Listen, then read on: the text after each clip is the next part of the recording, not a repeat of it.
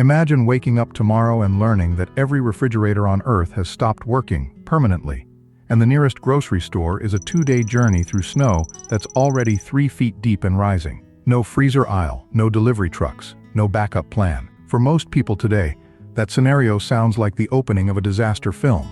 For Anna Olsen and her family, farming in central Wisconsin in 1925, it wasn't a hypothetical at all. It was simply Tuesday in late October, and it was exactly the problem her household had spent the entire autumn solving. 1 jar, 1 smoked ham, and 1 sand-packed root cellar barrel at a time. Anna Olsen, the mother of 5 children, later described in a local historical society interview how the entire household, including the youngest children old enough to carry a basket, worked from sunrise to sunset for nearly 6 straight weeks canning vegetables, smoking meat, and packing root vegetables into sand-filled barrels in the cellar. There was no refrigerator in their home, no freezer, and no grocery store within a day's travel that could be relied upon once the snow closed the roads. By the time the first snow fell, the Olsen family's cellar held enough preserved food to feed 7 people for nearly 8 months without a single trip to town. What the Olsens accomplished that autumn was not unusual for the era. It was simply what survival required, and it depended on a body of practical knowledge that has almost entirely disappeared from American households in the centuries since. Canning stood at the center of nearly every family's food preservation system, and it carried real risk if done incorrectly. The process, first developed in France in the early 1800s by a confectioner named Nicolas Appert working to win a prize offered by Napoleon's government for a reliable way to preserve food for soldiers, relied on sealing food in airtight containers and heating them enough to destroy the bacteria that caused spoilage. Appert himself had no idea why his method worked. The scientific explanation, involving microorganisms, wouldn't arrive until Louis Pasteur's research decades later, which means an entire generation of households across Europe and eventually America practiced near-perfect food science purely through trial, error, and inherited instruction, long before anyone could explain the biology behind it. American households by the early 20th century had access to mass-produced glass jars with rubber-sealed lids, patented by a man named John Landis Mason in 1858, whose name still appears on canning jars sold today. Anna Olsen and women like her across the rural Midwest spent entire days each September boiling jar after jar of tomatoes, green beans, and corn, carefully timing the process, because undercooked jars could harbor a deadly toxin called botulinum that produced no obvious smell or taste warning before it killed. This wasn't an abstract fear. County health records from rural Wisconsin and Minnesota in this period show occasional cases of entire families falling seriously ill, sometimes fatally, from a single improperly sealed jar of green beans, which is part of why the knowledge of correct canning times was treated with the same seriousness a modern household might apply to wiring electricity safely. A mistake didn't just ruin dinner. It could kill someone 3 months later in February when nobody remembered exactly which jar had looked slightly off back in September. Meat presented an even more urgent preservation challenge than vegetables, since fresh meat spoiled within days, even in cool weather. Most rural families slaughtered hogs in late autumn, timing the work for the first hard frost, so the meat could be processed in cold air without spoiling during the labor itself. A hog butchering day was, in many farming communities, something close to a small festival, with neighboring families arriving to help, because the work of breaking down an entire animal in a single day required far more hands than one household could provide alone. The animal was processed almost entirely on site, with very little discarded. Fat was rendered into lard, which itself became both a cooking staple and a preservative, used to seal cooked sausage inside stoneware crocks, where the hardened fat created an airtight barrier that could keep meat edible for months. Hams and bacon were cured with salt and sometimes sugar, then hung in smokehouses, small wooden structures found on nearly every farm, where slow-burning hickory or applewood fires dried and flavored the meat over several days. A properly smoked ham, hung in a cool, dry space, could remain safe to eat for the better part of a year, something modern Americans accustomed to refrigeration rarely have reason to understand anymore. Root cellars solved the problem of storing vegetables that could not be canned without losing their texture, particularly potatoes, carrots, turnips, and cabbage. These underground or partially underground rooms, built into hillsides or dug beneath the house itself, stayed naturally cool and humid year-round, typically holding a steady temperature just above freezing even during the harshest winter months. The engineering, simple as it sounds, was surprisingly precise. Too warm, and vegetables sprouted or rotted. Too cold, and they froze solid and turned to mush the moment they thawed.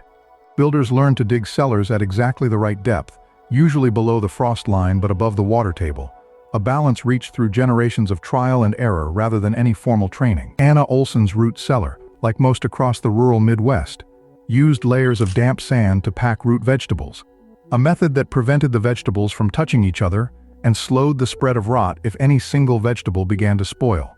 Cabbages were sometimes pulled whole, roots and all, and hung upside down from the cellar ceiling, where they could last for months longer than if simply piled on a shelf. Fermentation offered another layer of preservation that required no heat and no electricity at all, relying instead on naturally occurring bacteria to transform fresh vegetables into something that could last through an entire winter. The sauerkraut, made by packing shredded cabbage with salt into large stoneware crocks and allowing it to ferment for several weeks, was a staple in German and Eastern European immigrant households across the rural Midwest, providing both nutrition and, crucially, vitamin C during months when fresh produce was entirely unavailable. This mattered more than most families realized at the time. Without any fresh fruit or vegetables for months on end, isolated households were genuinely at risk of scurvy, the same disease that once devastated sailors on long ocean voyages.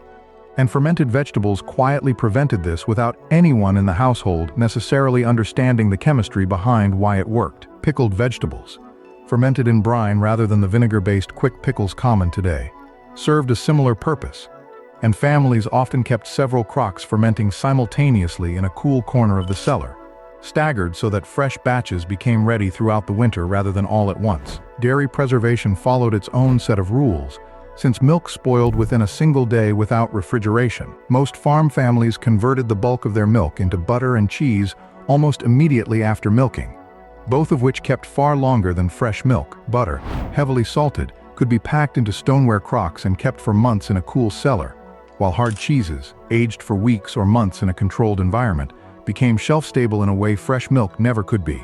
Some farms built small spring houses, simple structures built directly over a natural spring or stream, where the constant flow of cold water kept butter, cheese, and any remaining fresh milk significantly cooler than the surrounding air, functioning as a primitive refrigerator powered entirely by the landscape itself. A well-placed spring house could hold a temperature roughly 15 degrees cooler than the outside air even in summer, which meant some families enjoyed a version of refrigeration decades before electricity ever reached their property, simply by understanding how to read the land around them. This entire system depended on careful planning that began months before the first frost. Families calculated, often with remarkable precision, exactly how much of each preserved food a household of a given size would need to survive until the next growing season produced fresh food again. Anna Olsens' own records, preserved by her descendants and later donated to a county historical society, included a handwritten tally of jars canned each September, broken down by vegetable type, compared year over year against how many jars remained empty by the following spring. A shortfall meant hunger before the next harvest came in, and a family that miscalculated badly enough sometimes had no choice but to trade labor or goods with neighbors who had managed a surplus, reinforcing the same web of mutual obligation that ran through nearly every aspect of rural life in this period. Anna's tally books show a particularly difficult year in 1929, when an early frost destroyed nearly a third of her tomato crop before it could be canned, forcing the family to trade preserved meat with a neighboring farm in exchange for extra jars of vegetables. A transaction recorded in her own handwriting with the same careful precision she applied to everything else in the cellar. Native American communities across North America had developed their own sophisticated preservation methods centuries before European settlers arrived, many of which settlers eventually adopted or adapted out of necessity. Pemmican, a mixture of dried meat, rendered fat, and sometimes dried berries pounded together into a dense, calorie-rich paste, originated among Plains tribes including the Cree and Blackfoot, and could remain edible for years when properly prepared and stored, making it especially valuable for long journeys or harsh winters when fresh food was completely unavailable.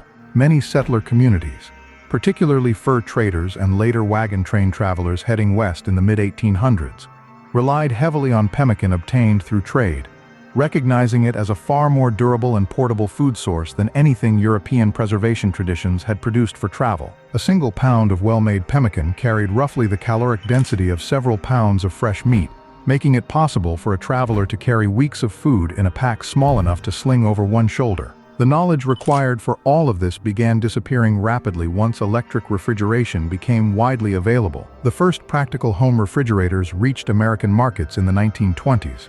But they remained expensive luxury items throughout the decade, found mostly in wealthier urban households. It was not until the 1930s and 1940s, particularly after the Rural Electrification Administration extended power lines to millions of farms that had never had electricity, that refrigeration became accessible to the same rural families who had spent generations perfecting canning, smoking, and root cellar storage. Within 2 decades, an entire body of practical knowledge that had taken centuries to develop and refine became largely unnecessary for most American households, surviving mainly in the form of canning as a hobby rather than a yearly necessity for survival. Anna Olsen lived long enough to see this transition happen on her own farm, and in the same interview where she described her family's elaborate autumn preservation routine, she also recalled the day in 1947 when electricity finally reached their property and her family purchased their first refrigerator. She admitted she kept canning vegetables every autumn for years afterward anyway, unable to fully trust that the refrigerator would always work, that the power would never go out, that the system her family had relied on for generations could simply be replaced by a humming metal box in the corner of the kitchen. Her caution wasn't unfounded. Rural power lines in the 1940s and 1950s failed often, sometimes for days at a time during storms, and more than one neighboring family lost an entire refrigerator's worth of food during a prolonged outage. Having abandoned the root cellar and smokehouse that once would have kept the same food safe regardless of whether the lights stayed on.